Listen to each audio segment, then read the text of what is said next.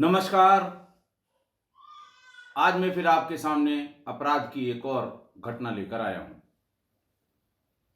आज के अपराध की घटना का जिला है फैजाबाद, तत्कालीन फैजाबाद, जिसका नाम अब अयोध्या हो गया है। तारीख थी 4 जुलाई 2003। तत्कालीन फैजाबाद का बाराबंकी से सटा हुआ दो थाना है, पटरंगा और रुदौली। पटरंगा और रुदौली के ठीक बॉर्डर पर, लेकिन है थाना पटरंगा ही, एक गांव है झलिया सरेठा। दिन में करीबन 11 बजे के आसपास झलिया सरेठा से किसी व्यक्ति ने थाने पर फोन किया। मैं बता चुका हूं, उस समय लैंडलाइन फोन ही काम करते थे। गांव वाले ने इंस्पेक्टर श्री राजधारी प्रसाद को यह बताया, बल्कि उनको नहीं बताया, थाने पर जिस मुंशी ने उठाया ये फोन उसको बताया कि हमारे गांव में 5 लोगों की गोली लगने से मृत्यु हो गई है। मुंशी जी ये सुन के, ये खबर ही सुन के, जैसे होता है ना, अचकचा गए। 5 लोगों की? उनका हाँ साहब 5 लोगों की। कौन लोग हैं? तो उनका साहब टोले के हैं, पुलिस को भेज दीजिए। फौरन मुंशी ने वायरलेस सेट पर अपने इंस्पेक्टर, उस समय एसओ थे, एसओ पटरंगा श्री राजधारी प्रसाद को बताया, जो कहीं गश्त में या किसी काम से गए थे, कि झलिया सरेठा में 5 लोगों की गोली लगने से मृत्यु की सूचना है। उसने सूचना देने वाले का नाम पता पूछा इंस्पेक्टर एसओ ने, लेकिन उनको नाम पते की जानकारी मुंशी जी को नहीं थी। घबराहट में उन्होंने कोई चीज उससे, घटना के सिवा कोई और चीज पूछी नहीं थी। खैर, वो जहां भी थे, राजधारी प्रसाद वहां से झरिया सरेठा के लिए रवाना हो गए। इसी बीच में वहां से किसी और ने भी थाने पर फोन किया और इंस्पेक्टर से बात करने की इच्छा जाहिर की। जिस पीसीओ से उसने फोन किया था, वो नंबर थाने वाले ने नोट किया और नाम भी नोट किया। इंस्पेक्टर को या एसओ को वायरलेस सेट पे बताया कि दोबारा ये सूचना आई है, इस बार बोलने वाले का नाम ये है और पीसीओ का नंबर ये है। रास्ते में कहीं पर पीसीओ से उतरकर एसओ ने बात की उस व्यक्ति से। उसने बताया, साहब भीड़ बहुत ज़्यादा हो रही है, आप फोर्स लेके तुरंत आ जाइए। ऐसे ऐसे एक लड़के ने 4 लोगों को गोली मार दी और फिर खुद को गोली मारकर वो मर गया है। सभी लोगों की मौके पर ही मृत्यु हो गई है। इंस्पेक्टर ने फौरन कंट्रोल रूम को बताया। आईजी लखनऊ जोन उस समय एके जैन साहब थे, उनको बताया। डीआईजी फैजाबाद उस समय केएनडी द्विवेदी साहब थे, उनको बताया। एसएसपी फैजाबाद थे उस समय प्रशांत कुमार साहब, जो इस समय उत्तर प्रदेश पुलिस के एडीजी लॉ एंड ऑर्डर हैं। सारे लोगों को बताने के बाद सीओ रुदौली को भी बताया गया। एसपी रूरल थे माता प्रसाद,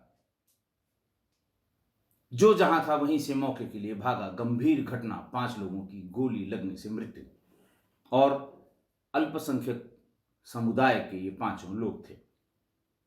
बात चूंकि किसी की समझ में नहीं आई और पहली बात दिमाग में आती है कि कहीं कोई कम्युनल बात न हो। सारे लोग पहुंचे, इंसिडेंट के बारे में जानकारी की जाने लगी कि आखिर हुआ क्या था, कारण क्या था। बातचीत में कारण समझ में आ गया। दरअसल गांव में ही मोहम्मद उमर उर्फ मुम्मुल, जिसकी उम्र 24 साल थी, उसके पड़ोस में जो परिवार रहता था उसमें एक लड़की थी संजीदा खातून। इसकी उम्र थी 16 साल, यानी नाबालिग लड़की थी। लेकिन किसी वजह से दोनों में इश्क हो गया, प्यार मोहब्बत हो गई, और ऐसा साल भर से होता रहा।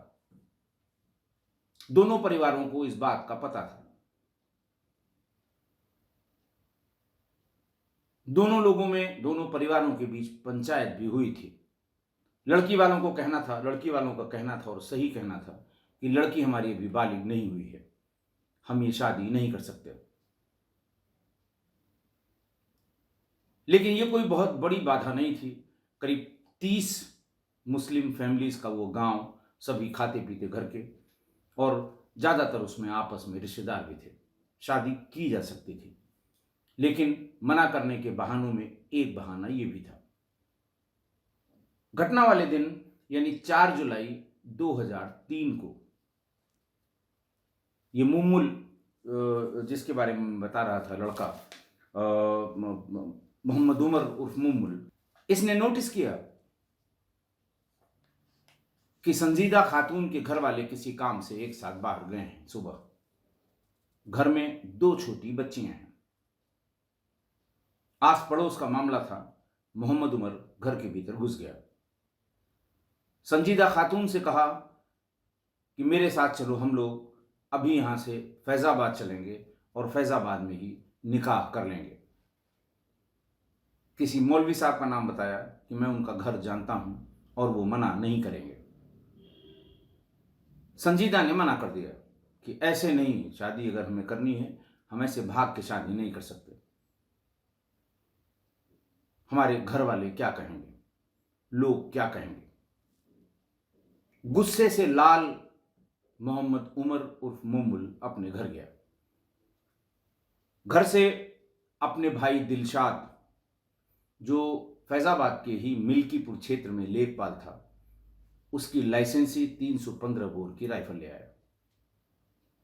उसने फिर उससे कहा, राइफल दिखाते हुए, कि चलती हो कि गोली मारें। लड़की ने फिर साफ मना कर दिया, हम ऐसे भाग के शादी करने नहीं जाएंगे, निकाह करने नहीं जाएंगे। मुमुल ने उसके सीने पर 315 बोर की राइफल लगाई और गोली चला दी। जैसे ही गोली की आवाज आई, उसकी भाभी, मुमुल की भाभी कनीजा, जिसकी उम्र 35 साल थी, गोली की आवाज सुनकर वो फौरन संजीदा खातून के घर आई। देखा कि संजीदा पड़ी हुई है, ये राइफल लेके खड़ा हुआ है। उसको समझाने की गरज से भाभी कनीजा ने कुछ कहा होगा। कनीजा को भी उसने पेट में सटाकर 315 बोर की राइफल की गोली मार दी। 2 गोलियों की आवाज सुन के उसकी चाची भी बाहर, कहीं उन्होंने सुना होगा, घर के बाहर थी। वो भाग के घर के भीतर घुसी। उनको देखते ही उसके सिर में सटाकर उसे गोली मार दी। 3-3 गोलियों की आवाज सुन के सामने बगीचे में उसका मामा जमालुद्दीन वो भाग के आया। वो मंजर देख ही रहा था कि यहां 3-3 लाशें पड़ी हैं। मामा जमालुद्दीन को भी सिर में सटाकर मोहम्मद उमर उर्फ मुमुल ने गोली मार दी। उसके बाद वो राइफल लेकर टहलता हुआ सामने जिस बाग से उनका मामा भाग के आया था, वहां बाग में चला गया। एक आम के पेड़ से सट कर वहां बैठ गया। कुछ देर सोचता रहा। फिर उसने राइफल की बैरल अपने गर्दन के पास, ताकि उसको फंसाया जा सके, गर्दन के पास राइफल की बैरल लगाई और पैर के अंगूठे से उसका ट्रिगर चला दिया। उसका भी भेजा उड़ गया।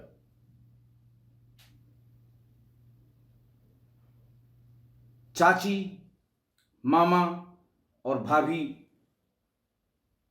इन तीनों को गोली मारने पर जो उसके घर के और तमाम लोग थे, सब एक एक करके उसको रोकने के चक्कर में आए और उसी में नफीस, फातिमा, कलीम, महजबी और 2 महीने का एक बच्चा भी घायल हो गया। स्प्लिंटर्स जिसको जिसको लगे, वो सब बुरी तरह से घायल हो गए। उस घर के सामने लाशें ही लाशें, घायल ही घायल दिखाई पड़ने लगे। अधिकारी आए, ये मंजर देख के उनका भी दिल दहल गया। पता लगा कि ये राइफल उसके सगे भाई की लाइसेंसी राइफल है। राइफल के लाइसेंस के कैंसिलेशन का की जो प्रोसेस है वो डिस्ट्रिक्ट मजिस्ट्रेट ने शुरू की।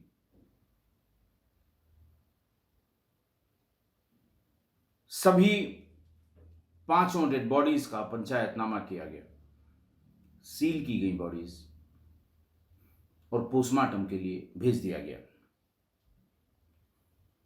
लेकिन गांव में या गांव के बाहर ये खबरें बहुत जल्दी फैलती थीं, लेकिन मुंह से ही फैलती थीं। उस जमाने में मोबाइल फोन नहीं थे। लोगों को लगा कि पता नहीं क्या बात है, पास में एक हिंदू लोकेलिटी भी है।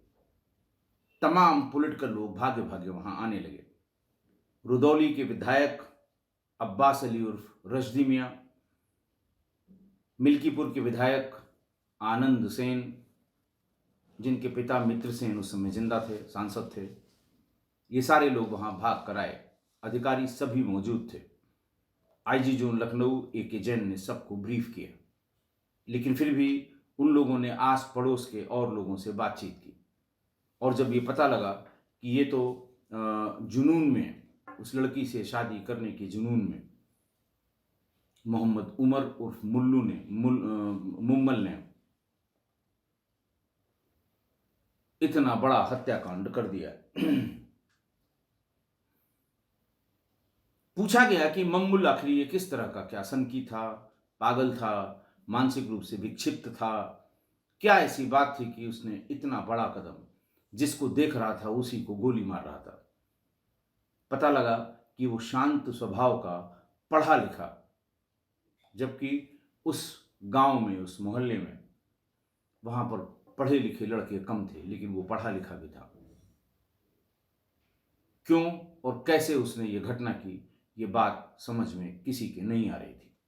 खैर, बॉडीज पोस्टमार्टम के लिए भेजी गई। सभी की पोस्टमार्टम रिपोर्ट में एक ही बात, एक ही फाइंडिंग आई, cause of death due to shock and haemorrhage as a result of gunshot injuries. Police ने मौके से 5 खोखे कारतूस, 2 जिंदा कारतूस और लाइसेंसी राइफल कब्जे में लिए। कोई मुलजिम अब इस घटना में बचा नहीं था, 5 लोगों के मारे जाने के बाद भी। इसलिए आगे की कोई कार्रवाई नहीं होनी थी। ये आप समझ लें कि जब घटना बढ़ी थी, जिस मुलजिम ने या जिस व्यक्ति ने इतने लोगों की हत्या की, जब वो स्वयं मर गया और किसी ने इस संबंध में मुकदमा नहीं लिखाया, और मुकदमा लिखाने की बात थी भी नहीं, अगर कोई पहले की रंजिश होती तो हो सकता है कोई झूठा मुकदमा लिखाता कि नहीं साहब, इसने तो गोली मारी, लेकिन इसके फला फला रिश्तेदार ने उसको गोली मार दी। तब 302 का मुकदमा मोहम्मद उमर उर्फ मुम्मुल के हत्या का लिखा जाता। जब सारी चीजें साफ हो गई कि इसमें अब मुलजिम कोई नहीं बचा है, तो मुकदमे में फाइनल रिपोर्ट लगाई गई। सुनने में थोड़ा अजीब लगता है कि 5-5 लोगों को गोलियां लगी, लेकिन फाइनल रिपोर्ट लगाई गई। कारण कि कोई मुलजिम बचा नहीं था। आज की घटना, जुनूनी प्रेमी ने शादी में बाधक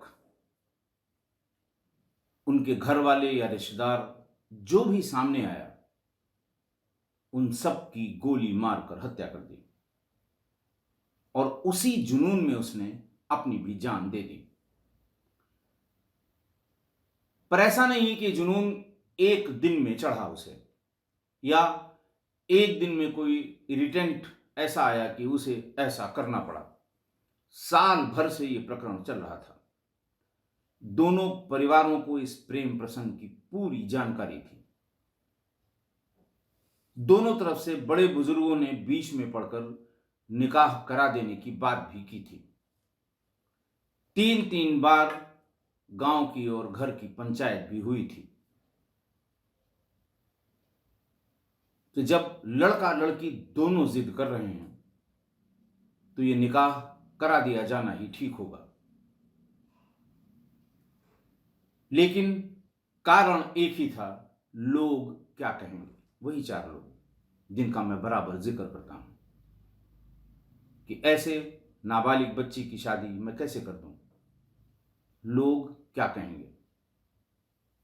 लड़के वाले की तरफ से कि एक ही दीवार का अंतर है, यहीं से बारात उठेगी और यहीं बारात पहुंच जाएगी, कोई मतलब नहीं ऐसी बारात का, ऐसी शादी हम क्यों करें, क्या मजबूरी है हमारी। इसलिए 3 बार की पंचायत के बाद भी इसका कोई हल नहीं निकला।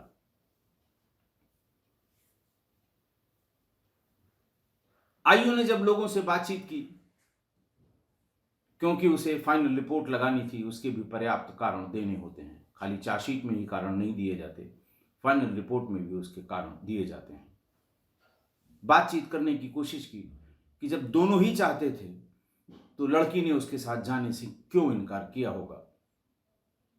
जो बच्चे छोटे वहां मौजूद थे और जिन्होंने वो बातचीत सुनी थी, उन्होंने ये बताया कि लड़की कह रही थी कि मैं भाग के इस तरह से तुम्हारे साथ नहीं जा सकती, मेरे घर वाले क्या कहेंगे।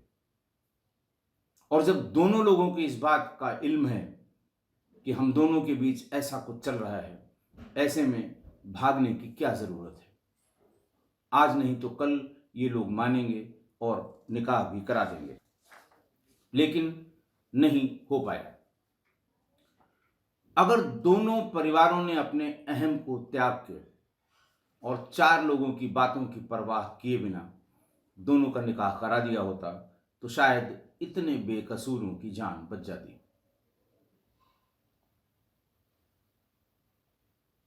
किस्सा गोई परिवार के लोगों को मैं यही बताना चाहता हूं कि अगर इस तरह का कोई प्रकरण उनके संज्ञान में आए, चाहे वो उनसे संबंधित हो या नहीं संबंधित हो, किसी और का हो, तो इतना जरूर इंश्योर करा दें कि प्रकरण को कभी लंबा न खींचा जाए। इसका कोई न कोई निस्तारण जरूर कर दिया जाए। जब जब ऐसे प्रकरणों को लंबा खींचा गया, 1 2 साल खींचा गया, तो लड़के में या लड़की में या दोनों में या दोनों के परिवार में किसी एक में अपराध की ग्रंथियां डेवलप होने लगती हैं। चाहे वो दोनों एक साथ जाकर खुदकुशी कर लें, चाहे लड़का लड़की को उसके घर वालों को मार दे, चाहे लड़की अपने परिवार वालों को जहर दे दे क्योंकि उसे निकाह या शादी करनी है। बहुत ढेर सारे प्रकरण मैंने आपको बताए थे। सोनिया अभी भी सुप्रीम कोर्ट से फांसी का आदेश होने के बाद भी अपने फांसी दिए जाने का इंतजार कर रही है। दूसरी शबनम, दोनों ने ही यही किया था। घर वाले शादी के लिए राजी नहीं हो रहे थे, घर के 7 8 लोगों की जान ले ली थी। तो बजाय मेहरबानी ऐसा बिल्कुल न करें, उसका निस्तारण जरूर करा दें।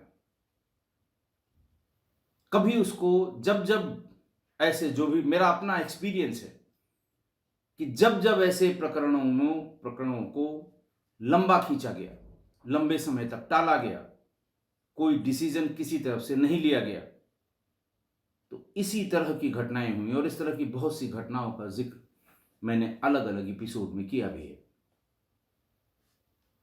जब जब ऐसा हुआ तब तब यही हुआ जो इस घटना में, जो मैं आज बता रहा हूं, उसमें हुआ है। इसलिए इन 4 लोगों के राय की, इन राय चंदों की, ये मुफ्त में राय देने वालों की, मुफ्त में कमेंट करने वालों की, जिनके लिए हम सभी कहते हैं कि लोग क्या कहेंगे। लोग कौन हैं? वही 4 लोग। जब मैं 4 लोगों का जिक्र करता हूं तो कमेंट बॉक्स में कुछ लोग कहते हैं कि साहब, इन 4 लोगों से आपकी क्या दुश्मनी है। यही 4 लोग इतने सालों से, पुश्तों से समाज को चला रहे हैं। यही हैं जो टोका टाकी करते हैं। यही हैं समाज में कोई अनर्थ होने से बचाते हैं। क्या दुश्मनी है आपकी इन 4 लोगों से? आप हमेशा सारी झगड़े की जड़ में इन 4 लोगों को ले आते हैं। लेकिन आज भी जो सोसाइटी की बात में उसका दखल है, या जो सोसाइटी में रहता है, या जो सोसाइटी के लोगों की मानता है, आप अगर नहीं मानते हैं कोई बात नहीं है। फ्लैट के कल्चर में ऊपर वाला नीचे वाले को नहीं जानता, नीचे वाला ऊपर के फ्लैट में कौन रहता है नहीं जानता। आप पूछ के देखिए, पता वो बता देगा कि 3/25 3rd फ्लोर ये कहाँ पड़ेगा, वो बता देगा। कौन रहता है ये नहीं बता पाएगा। ऐसे में कौन किसके साथ कहाँ जा रहा है, कौन किससे शादी कर रहा है, कौन किसके लिए क्या कर रहा है, किसी से कोई मतलब नहीं है। लेकिन अगर आप क्लोजली निट सोसाइटी में रहते हैं, जहां एक दूसरे की लोग फिक्र करते हैं, वहां ये 4 लोग अपनी राय जरूर देते हैं। बहुत बड़ी घटनाएं, बहुत गंभीर घटनाएं, बहुत इस तरह से आपस के पारिवारिक मसले इन्हीं 4 लोगों की राय से डरकर, या इन्हीं 4 लोग क्या कहेंगे इससे डरकर हुई हैं। इसलिए मैं बार बार इन 4 लोगों के बारे में बताता हूं। बहरहाल, जब भी इस तरह का कोई प्रकरण अड़ोस पड़ोस, आपके परिवार, दूसरे के परिवार, आपके जानने वाले रिश्तेदार कहीं ऐसा है, आप कोशिश करिए कि इसका निस्तारण जितनी जल्दी हो सके हो जाए। शादी करने के सिवा कोई चारा नहीं है, शादी करा दी जाए। कोई गुंजाइश है लड़की या लड़के के परिवार से संबंधित, तो दोनों को अलग रखा जाए। कोई गुंजाइश नहीं है, निकाह या शादी जरूर करा दी जाए। बहरहाल, प्रकरण का निस्तारण जरूर कर दें, इसे टालें बिल्कुल नहीं। आशा है आप मेरी इस बात से सहमत हों। हाँ, एक बात और जो बतानी थी। मैंने आपको बताया था कि मुझे मेरा लॉ का एग्ज़ाम है, LLB का 1st सेमेस्टर का। कल मैं ये 12 से ये एग्ज़ाम शुरू होगा। शुरू के 3 पेपर होली से पहले और बाद के 3 पेपर होली के बाद हैं। तो कल मैं प्रयागराज चला जाऊंगा और 3 पेपर देने के बाद 16 तारीख को वापस आऊंगा। यानी अपराध की नई घटना लेकर मैं 16 को शाम को आपके बीच में उपस्थित हो पाऊंगा। मैं कुल 5 दिन के लिए किस्सा गोई परिवार से अनुमति लेकर एग्जाम देने जाना चाहता हूं। पिछली बार जब मैंने बताया तो आप लोगों ने बहुत ढेर सारी टिप्पणियां की थी। मैं अपना पर्पस बता दूं कि रिटायर होने के बाद मेरे मन में क्यों कानून की पढ़ाई करने का विचार आया। मैंने बहुत ढेर सारी घटनाएं आपको बताई जिसमें बेगुनाह लोग जेल भेजे गए। बहुत ढेर सारी बातें बताई जिसमें सेल्फ डिफेंस में किया गया क्राइम, उसके ऊपर मर दिया गया कि ये कोल्ड ब्लडेड है और वो जेल में है। ऐसी बहुत सी घटनाएं हैं। मन इससे व्यथित होता है, परेशान होता है। आप भी इसके बारे में इसी तरह की टिप्पणियां करते हैं कि साहब ऐसे क्यों जेल भेज दिया गया। तमाम ऐसे जो प्रकरण थे मैंने बताए हैं, आप कमेंट बॉक्स में जाके देखेंगे तो आप महसूस करेंगे कि वाकई इसमें गलत हुआ है।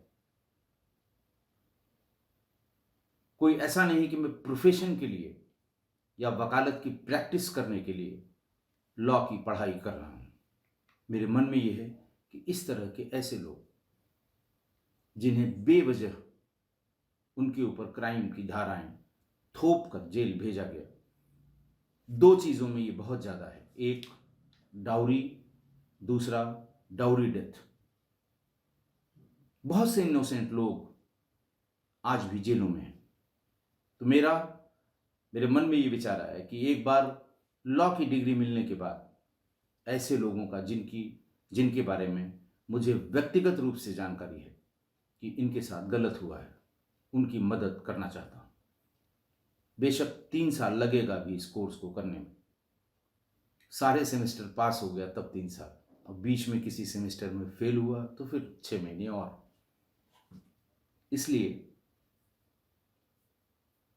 आपसे अनुमति लेके मैं 5 दिन के लिए जा रहा हूँ और इन 5 दिनों के लिए मैंने छोटे-छोटे 2-2, 3-3 मिनट के वीडियोज़ में आज ही रिकॉर्ड करके जाऊँगा, ताकि कुछ लोग बहुत टिप्पणियाँ करते हैं, परेशान होते हैं कि साहब इतने लंबे गैप के लिए मत जाया करिए। तो उनके लिए 2-2, 3-3, 4-4 मिनट के जो आपको सही समय पर अपलोड हो जाएँगे और आप देख सकते हैं। लेकिन 16 को प्रत्येक दशा में मैं अपराध की एक नई घटना लेकर आपके सामने उपस्थित हो जाऊँगा। आज के लिए बस इतना ही। बहुत-बहुत धन्यवाद।